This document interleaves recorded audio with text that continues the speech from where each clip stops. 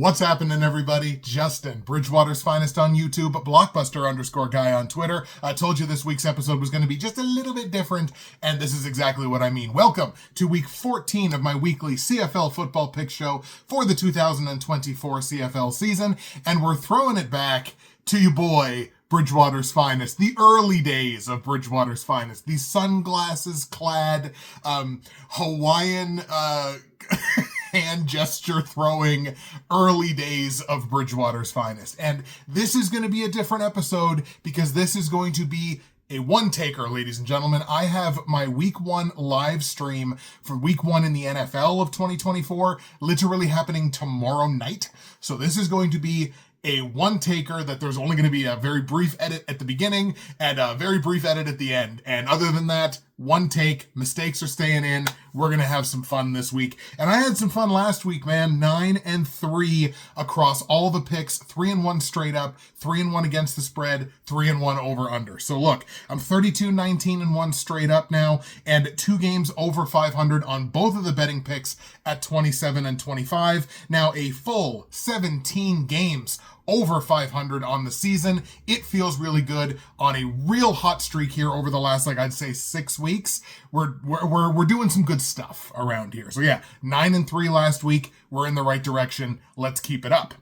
CFL fantasy, I guess I struggled. 93.3 is what I put up in week 13, which doesn't seem too bad. But then you look at the actual, the whole game leaderboard. There was somebody that had 200 points last week. They had Tim White with the captaincy multiplier. Tim White had 72 points on his own. So 93 doesn't seem like too bad to me, but I lost a lot of ground overall across the whole game. 1297.5 now on the season for CFL Fantasy, which I still think is fairly good.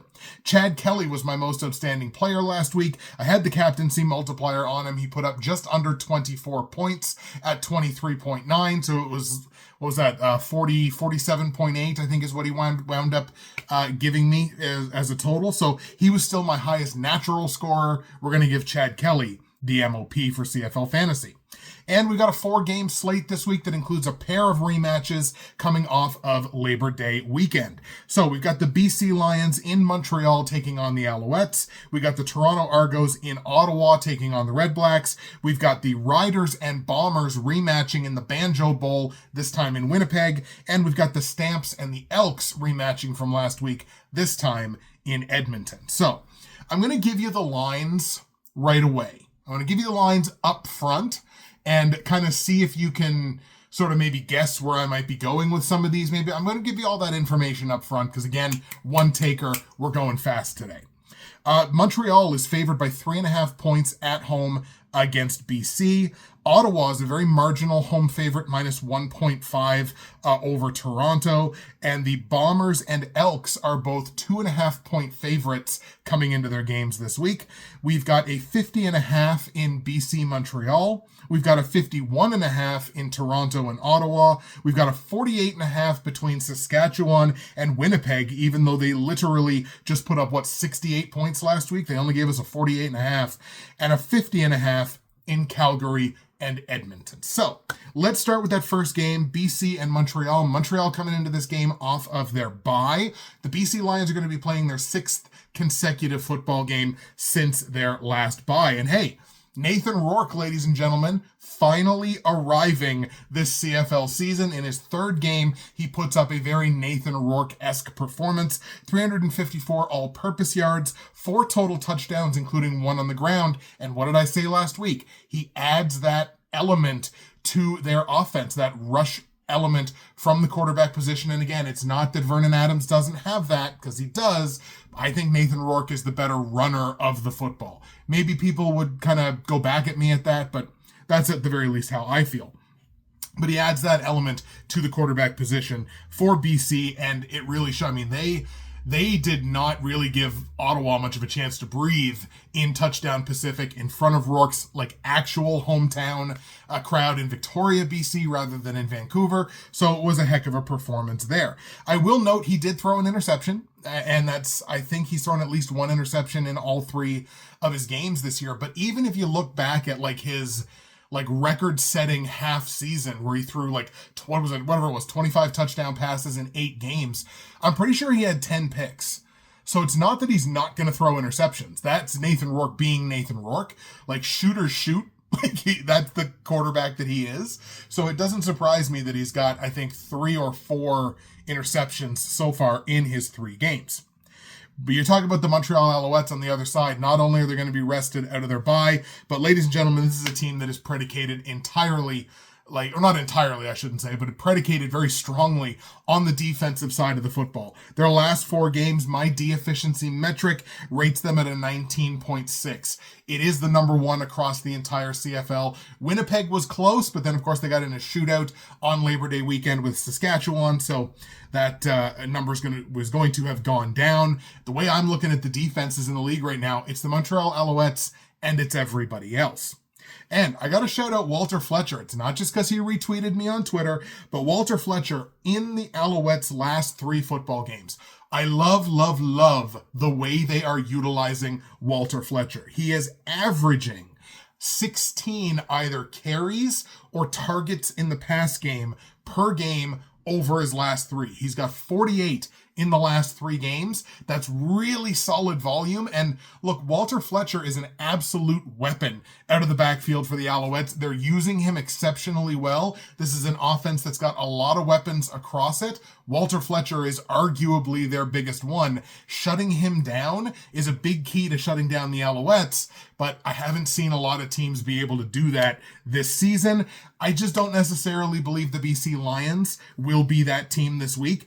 Give me the Alouettes coming off the bye. Again, there's a rest discrepancy here. Let's take the Alouettes at home to beat the BC Lions. I want to see if Nathan Rourke has an odd core coming up. Now we got to stop for water. Like I said, one taker, ladies and gentlemen. So I'm going to take the Alouettes to win the game, but I'm going to hedge my bets here because this is certainly a game that if Nathan Rourke has a Nathan Rourke performance, then this could be a game that the BC Lions win outright. So where it's that extra half point on the hook there, like 3.5, I'm actually going to take the plus 3.5 on BC and hedge my bets. I'll go for a close game, but it protects against a Lions upset. Total in the game, 50.5. I think I'm going to take the under on it. I'm not predicting that same kind of Nathan Rourke performance that we saw last week. So give me the under on the 50.5. We're going to go like 24-23 for the Alouettes. Maybe it's a last second field goal. Maybe they have the last score of the game in the last minute, something like that. I'll take the Alouettes to win at 24-23. Als win. Give me the plus 3.5 on BC, under on the 50.5 point total. Let's go to that second game, the Toronto Argos in Ottawa taking on the REDBLACKS. The REDBLACKS coming into this, their 5th consecutive game since their last bye. The Argos come in on the tail end of back-to-back road games. Now, both of these teams dropped their games last week, but these were 2 losses that did not come in the same fashion whatsoever. Like I said, the REDBLACKS barely had a chance last week against the Lions. The Lions started out hot on the offensive side, kept going basically all game long. Ottawa simply did not have an answer. Toronto started their game exceptionally late. They basically didn't show up for the first quarter. They spotted Hamilton, I think, an 18-point lead after the first quarter. Hamilton tried to do Hamilton things, which they've done a lot this year, which is blow leads in the second half, especially in the fourth quarter. They tried to do Hamilton things, but they actually managed to hold on and win that game. So, again, Argos started super late. They did forge the comeback. It just fell a little bit short. I got to tell you, between these two teams, the Argos feel about what I've felt about them most of this season. I don't like the fact that they're completely misusing Kadeem Carey out of the backfield. I don't know whether he's injured or what the deal is, but they're just not using Kadeem Carey the way they should be using Kadeem Carey. And maybe that's just taking Chad Kelly some time to figure that back out. I don't know. But this Ottawa REDBLACKS team does not feel the same as they felt to me coming out of their bye. And I want to say their bye was either week 9 was their last bye.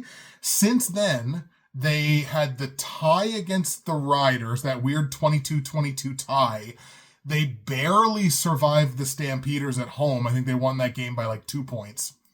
They beat the Lions 2 weeks ago in Nathan Rourke's second game before he kind of remembered how to be Nathan Rourke. And then last week they get fustigated. Like, I mean, they didn't have a chance. So I'm just, since they come out of their bye, I don't think this is a particularly good football team. And as much as I hated seeing how Toronto started that game last week, they did outscore Hamilton 25-10 after the first quarter. So they still like felt like the Argos to me, albeit just for 3/4 of the game. Ultimately, what it comes down to is I trust one of these sides more than I trust the other one. I'm going to go with the Argos again. I went with them last week. I said it wasn't a game they could afford to lose. Now they've come into a territory where this is a game that I think they have to win. Because again, we're looking at like home field advantage here, the East semifinal. It is critical. It is paramount that you be the home team in that game. So this is a game they absolutely positively need to win. So I'm going to take the Argos here, even though they're on the tail end of back-to-back roadies. Let's take Toronto on the road in Ottawa to get the win over the Redblacks. Pause for water again. So obviously, since I'm taking Toronto to win, give me the plus 1.5 on the Argos against the spread. Second straight road team I'm taking against the spread. With a 51.5 point total, I think I have to go over. This is a Redblacks defense that just had whatever was 30-some points dropped on them last week. Toronto was in a shootout of a game as well. I think there's going to be a lot of points scored in this one. Let's go over the 51.5 point total. And I'm going to go like 33-21, something like that, in favor of the Argos. A solid couple of possession win for Toronto. Maybe Ottawa scores a garbage time touchdown. It's going to have to come in the pass game because they cut their leading running back earlier today, which is an interesting conversation in and of itself. I'm curious to know what you guys think about that in the comments down below. But we're going to go with the Argos. We're going to take the plus 1.5. Give me the over on the 51.5 point total. 33-21 Toronto. All right. Rematch of Saskatchewan Winnipeg Banjo Bowl, ladies and gentlemen. The Riders playing their 10th consecutive football game this week. That is gross. That is a failure of the schedule makers in the CFL for one team, like they did to Winnipeg earlier, to play 10 consecutive games between a bye. And I know NFL fans are going to be like, well, what's the big deal about that? This happens in the NFL, blah, blah, blah, blah. Teams don't get a bye week until like week 13 or 14. Yeah, in the CFL, there's 3 bye weeks. CFL players are not used to that. Like they're not used to playing that many games in a row. It's amazing what the body can do once it gets used to it, but then you ask it to do something it's not used to, and you're going to start seeing the injuries crawl up. And I think that's kind of what you see in the CFL if you go back historically. 10 straight games is ridiculous for these schedule makers. So last week, obviously, like I said, this is a rematch. Last week, 35-33 final for the Winnipeg Blue Bombers. They had a comeback late in that game, and it was decided basically by a missed 60-yard field goal attempt by Brett Lauther. And I ain't going to hang that on Brett Lauther, because I tell you what, that kick at the end of that game, I bet you that kick's good from 55. If you give him 5 more yards, I think that kick is good. Because I'm pretty sure Lucky Whitehead fielded the ball between the 4 and the 3. So if that's a 55-yard kick instead of a 60, I bet you that kick goes. And that was after an onside kick after a touchdown where the Riders recover the onside kick. They get Harris throws an interception, but it's pass interference, so the ball gets moved there. And then Lauther tries the 60-yarder and just plain can't get it to go. So a bunch of weirdness at the end of that game, but that was an absolute slugfest in the good way and in the not good way, because Zach Collaros, for what seems like the 3rd Labor Day weekend in a row, takes a dirty, cheap shot in a game against Saskatchewan. Like it just seems like it's a pattern, like it happens every year. This is going to be a dirty rematch, ladies and gentlemen. This is going to be penalty fueled. This is going to be ugly. This is not going to be a pretty football game. It ain't going to happen. I'm just going to tell you that right up front. I don't necessarily know that it's going to be like fireworks on the scoreboard, but there's going to be fireworks on the football field, to be sure. There is no word on Zach Collaros yet, whether he's going to start in this game or whether he's not. If it's not Zach Collaros, that means it's Chris Streveler. I think we know what Chris Streveler can do. We know what he can't do. I don't think he's a starting quarterback in this league. In saying that, the Riders dominated the quarterback matchup last week with Zach Collaros in there. Collaros had like 200 some yards and a touchdown and a pick before he got knocked out. And Trevor Harris threw for like 370 yards and 3 touchdowns. They dominated the quarterback matchup anyway and still lost. So this Bombers team can beat this Riders team even if they get dominated at the league's most important position. We just saw them do it last week. So that being said, I think I got to lean on Winnipeg here again, even though they won last week. Weirdly enough, it feels like a revenge game because of what happened to Collaros. I think I got to go with Winnipeg here. And again, that rest discrepancy is just crazy. Again, no team should have to play 10 consecutive games. It's ridiculous that they do. Also, if there's no fine and suspension for that hit on Collaros, and again, I'm not a Bombers homer. Nobody can hang that on me. That's not the case. I'm not a homer for anybody. I'm a football fan. First and foremost, that is what I am. If there's no suspension for that, player safety doesn't matter to this league. Period. End of story. If you're a Riders fan, I apologize. That's my take. Feel free to flame me in the comments. So, I like Winnipeg to win this game outright. I am going to lay the -2.5 on them against the spread as well. I like them to win. It's a small price to pay. Let's lay it. Total in the game, 48.5 points. I think this is going to be an under because I think these two teams are going to be more focused on beating the holy hell out of each other than they're going to be on putting points on the scoreboard. So let's take the under and go with like a 23-20, something like that. I think it's still going to be a tight game. These are two very evenly matched teams. The whole West Division basically feels like it's going to be just a sprint to the finish. Even the teams that are at the bottom still have a shot, technically. So the whole West Division feels like it's up for grabs. Let's go with a tight competitive football game that's going to get ugly, penalty-filled for sure. 23-20 in favor of the Bombers, who win, cover the -2.5, and take the under on the 48.5 point total. And the last game is the Calgary Stampeders in Edmonton taking on the Elks, and we take our final break for water.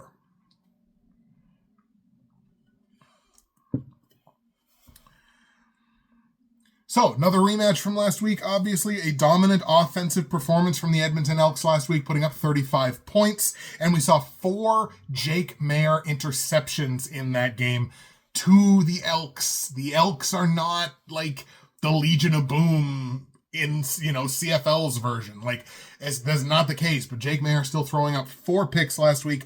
An implosion of a performance after a string of fairly good games. I've been as critical of Jake Maier as a lot of other people. That was an implosion. Like, I'm not going to say all of them were his fault, but it was still kind of an implosion. You never like to see that.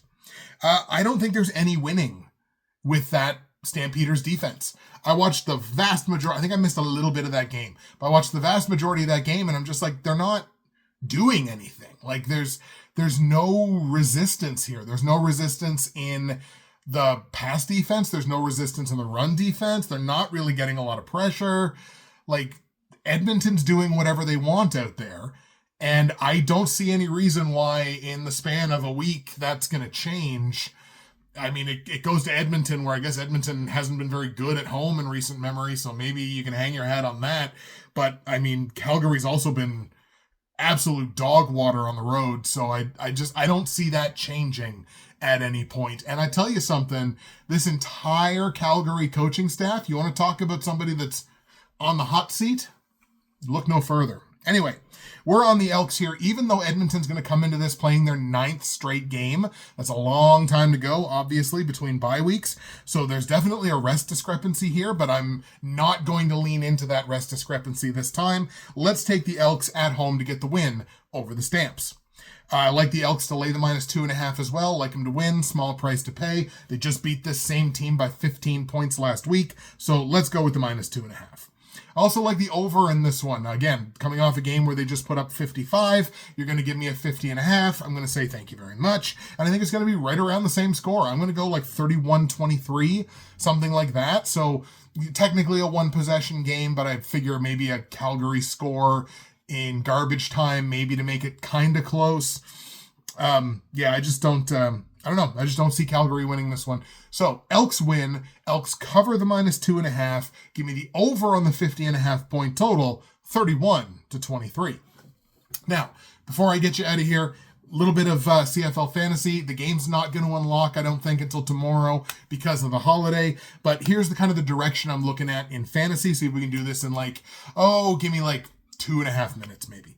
So, quarterback. I went with Chad Kelly last week. It paid off. I'm going to look Chad's way again. Drew Brown might be an option here because I don't think Ottawa's going to run the ball very much. So we might have 50 pass attempts from Drew Brown. So on a volume perspective, might look at him. Could look at Trey Ford if he's ready to play. Could look at MBT if he's ready to play because he just threw a couple of touchdowns and a lot of yards against this same defense. At the running back position, I think I'm basically locked in. Walter Fletcher, William Stanback, and I'm going to stick with those two probably for as long as I possibly can, aside from maybe going with Oliveira on a matchup basis, because those are the two teams, Montreal and BC. I know they're playing each other, but they're the two teams that employ their running backs, I believe, the best in the CFL. I may also look at Javon Leake or Kevin Brown, whichever one of those two gets the start for Edmonton. At the wide receiver position, either Tavares Daniels or DeMonte Coxey for Toronto, especially if I go Chad Kelly, maybe look to stack him with one of his top receivers there. The whole Riders wide receiver core, especially the guys at the top, you're looking at guys with 5, 6, 7, 8 targets, and you can pretty well lock it in that they're going to get that. So, no reason not to look their way for fantasy perspective. And look, the Edmonton Elks, Tevin Jones, just lighting things on fire right now for the Elks. But look, Curly Gittins Jr., same deal. Geno Lewis, I think, caught a touchdown last week. So there's a lot of options there in that Edmonton wide receiver core as well. From the flex position, I'm looking at either rider killer Nick Dembski or sole reason to feel good about the Stampeders offense, Reggie Bagleton. Although, I tell you, the last couple of weeks, Jalen Philpott has actually had a pretty solid role in that offense. I think he's caught 15 balls in the last 3 weeks or something like that. So he might be somebody that I look at too if I need to save a little bit of money. On the defensive side, look, I said the Owls are the best defense in the league. I'm probably going to go their way, but I could be successfully tempted to go with the 4 interception Edmonton Elks on the defensive side. Entirely possible. That's it. That's the speed round. It's still going to be 20-some minutes, but this is as fast as I can go, ladies and gentlemen. That's it for me. Justin, Bridgewater's Finest on YouTube, Blockbuster_guy on Twitter, Week 14 CFL Show in the books, one taker, no edits, right into your computer screen. Thank you so much for taking the time to watch, and we'll see you tomorrow night, NFL Week 1 live stream. Let's get it.